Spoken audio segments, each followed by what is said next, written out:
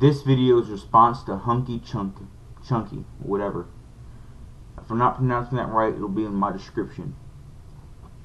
He said that liquid wrench was not a good lubricant, but it is. He just bought the wrong kind. The right kind to buy for a Rubik's Cube would be liquid wrench lithium grease. White lithium grease, to be exact. This is what it looks like. Unless lithium is an oil-based substance, it is perfectly fine to use. It does not deteriorate your cube at all, I find. I've been using it for about 2 years now. And the same cube is perfectly fine.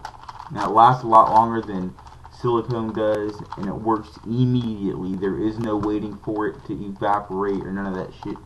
Before that, I was using silicone for 5 years, and I would get tired of sitting there doing it for like an hour trying to work it. It would be like,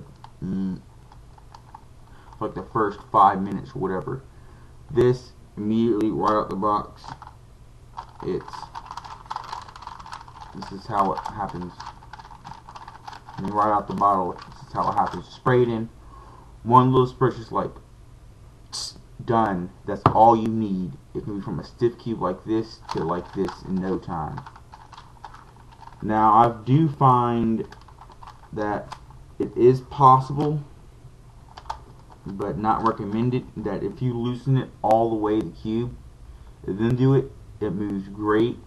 If you like are very precise with your turns to where you turn it exactly vertically, so therefore there is no need for corner cutting. If you do that, it'll move like 5, maybe 6 times faster than this does right now.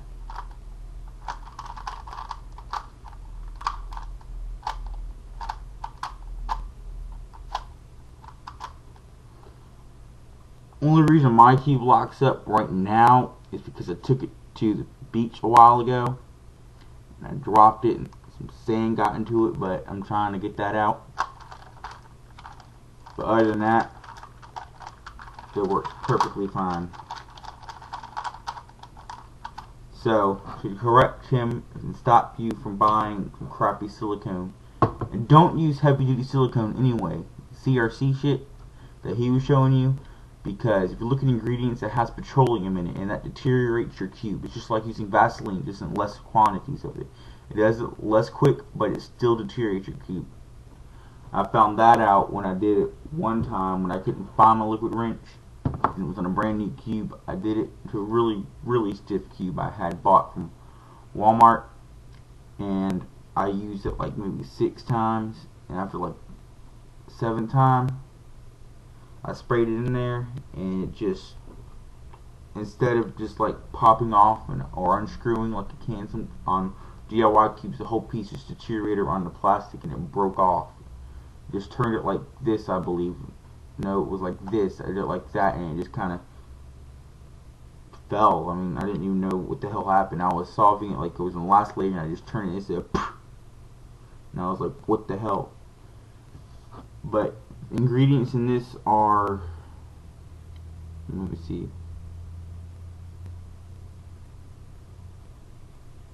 petrolium, carbon dioxide, and lithium grease.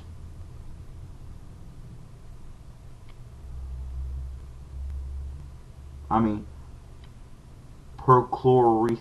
I don't know if I can read it on there.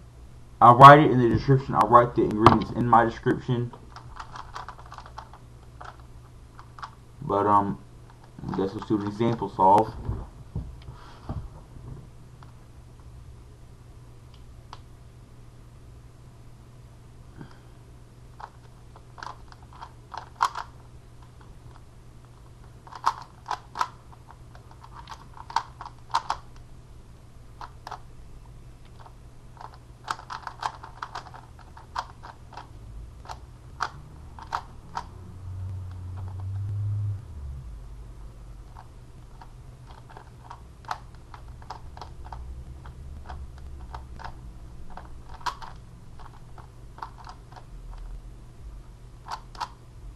Now, naturally, I am not that fast on this anyway, because I'm just learning how to do the F2O method. But there are some previous videos of me solving the Rubik's Cube, and that's still with white lightning, white lithium grease from Liquid Wrench, and it's perfectly fine. The reason why I say only do one spray is because if you do more than that little spritz, it gunks it up a little bit. But if you just do a little spritz, like one little, not even a second worth of spraying, it'll even out good, and then it'll just eventually evaporate and go away. Then you just have to do it again, but it does not deteriorate your cube. But if you like, this is like good, like just keep spraying it and spraying it and spraying it, it'll still turn smooth, but it'll like drip out on you and crap, and you don't want that. And it'll actually turn too smooth to where, like, you flick it like this, it'll like go like around and then come back to where you just flicked it from. Let me get back to solving this.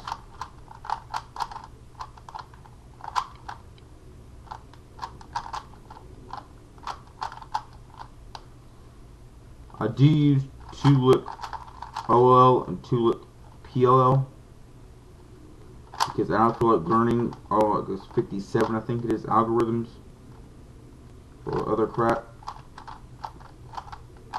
And if you did notice, this is for anyone who's watching this video, I'm going to get the area right here. This case where you have one solved side and then the rest, other three aren't solved. The opposite side is on my left, the one that has two opposites colored, so it's always opposite of where you start the algorithm. So since it's like over here and I started over here, I do R2 U R U R U I R U I R U R. I probably said R even when I did R, but I'll write the correct algorithm in the description. But if I do that again, R U R U R U I R U I R U R, make it reverse to where the solved side, well, the two opposite colors are on my right side. I just do the mirror image instead of doing that algorithm backwards because I find that's easier for me, and most people it is easier for.